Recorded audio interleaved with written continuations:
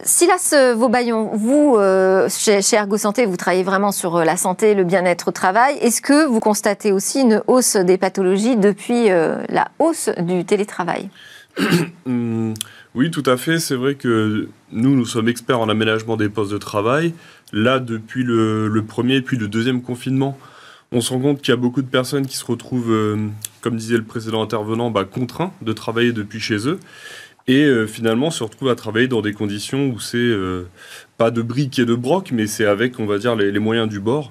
Donc nous, ce qu'on a fait, c'est vraiment de proposer des packs de télétravail, des kits que les professionnels peuvent tester directement chez eux, avec un conseiller qui va se déplacer et réaliser les réglages sur place auprès de la personne.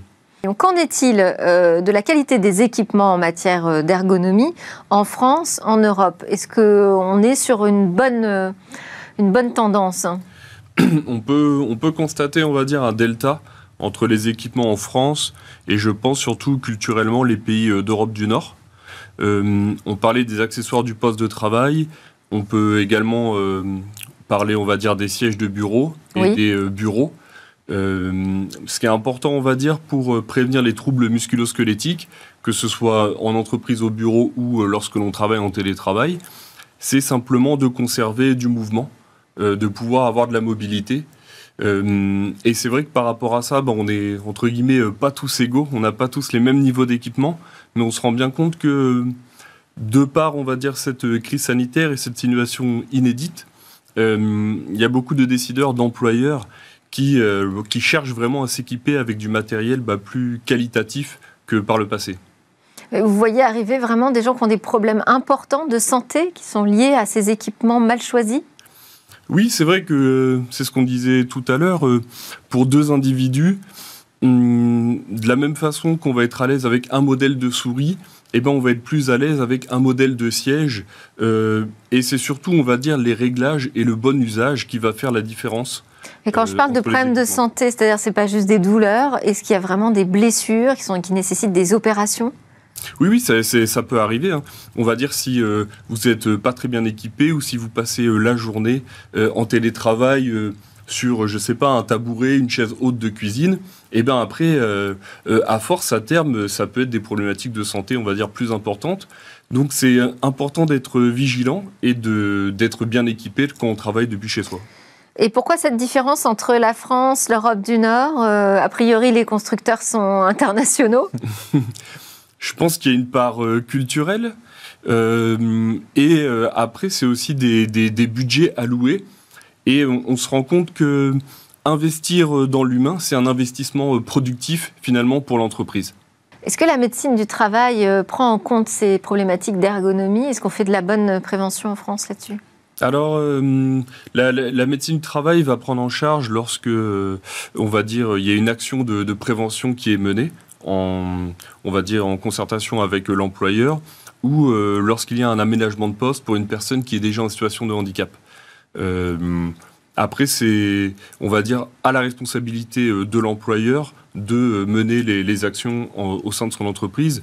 Par rapport à ce que disait monsieur, ce qui est intéressant, c'est que on peut aujourd'hui, dans ce que nous on propose au sein d'Ergo Santé, tester du matériel à son poste de travail à travers des prêts qui vont être non engageants. Et comment ça se passe ? C'est l'entreprise qui vient vous voir et qui passe commande pour des prêts ?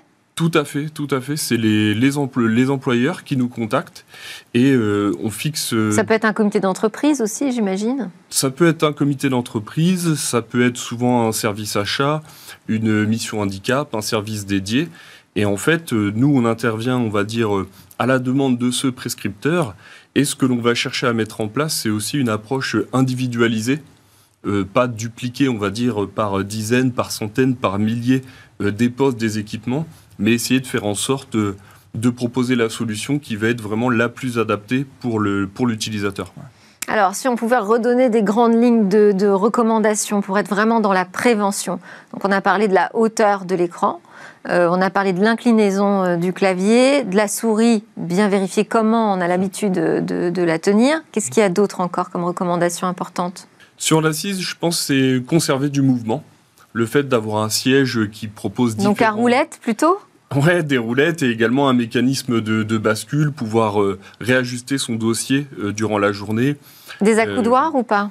Les accoudoirs, moi je suis grand fan des accoudoirs, c'est quand même plus pratique, plus confortable. Je vais vous dire le problème de l'accoudoir. Dites-moi. C'est qu'il passe pas sous la table.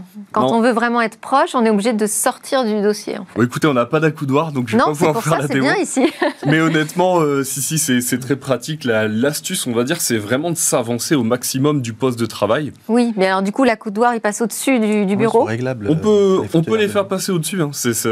L'accoudoir est réglable en hauteur. Oui. Il y a un autre secteur qui peut faire progresser énormément l'ergonomie, c'est le handicap.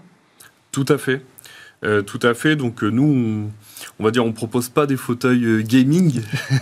Néanmoins, on dispose d'un très bel outil dans le sud de la France, qui est une entreprise adaptée, au sein de laquelle on Qu'est-ce que ça veut dire, une entreprise adaptée? Alors, c'est une entreprise qui a plus de 80% des salariés en situation de handicap. Donc c'est un vrai défi par rapport aux enjeux humains en termes de management. Mais dans cette structure, aujourd'hui, on fabrique jusqu'à 5000 sièges ergonomiques par an. Et en fin de compte, l'idée, c'est de un petit peu essayer de boucler la boucle, de proposer, on va dire, des sièges à destination des personnes en situation de handicap, fabriqués par des personnes elles-mêmes handicapées. Et qu'est-ce qu'il y a comme type de produit aujourd'hui qui manque sur le marché? Est-ce qu'il y a encore des points faibles sur ce marché de l'ergonomie?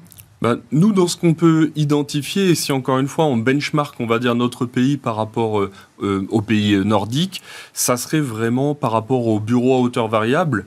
On parlait tout à l'heure de l'importance du mouvement et d'avoir des équipements personnalisés aux individus. C'est vrai que je crois que c'est en Suède, on doit être environ à 95% de bureaux ajustables, où on a l'opportunité de travailler debout lors de sa journée de travail. C'est intéressant ça, de travailler debout?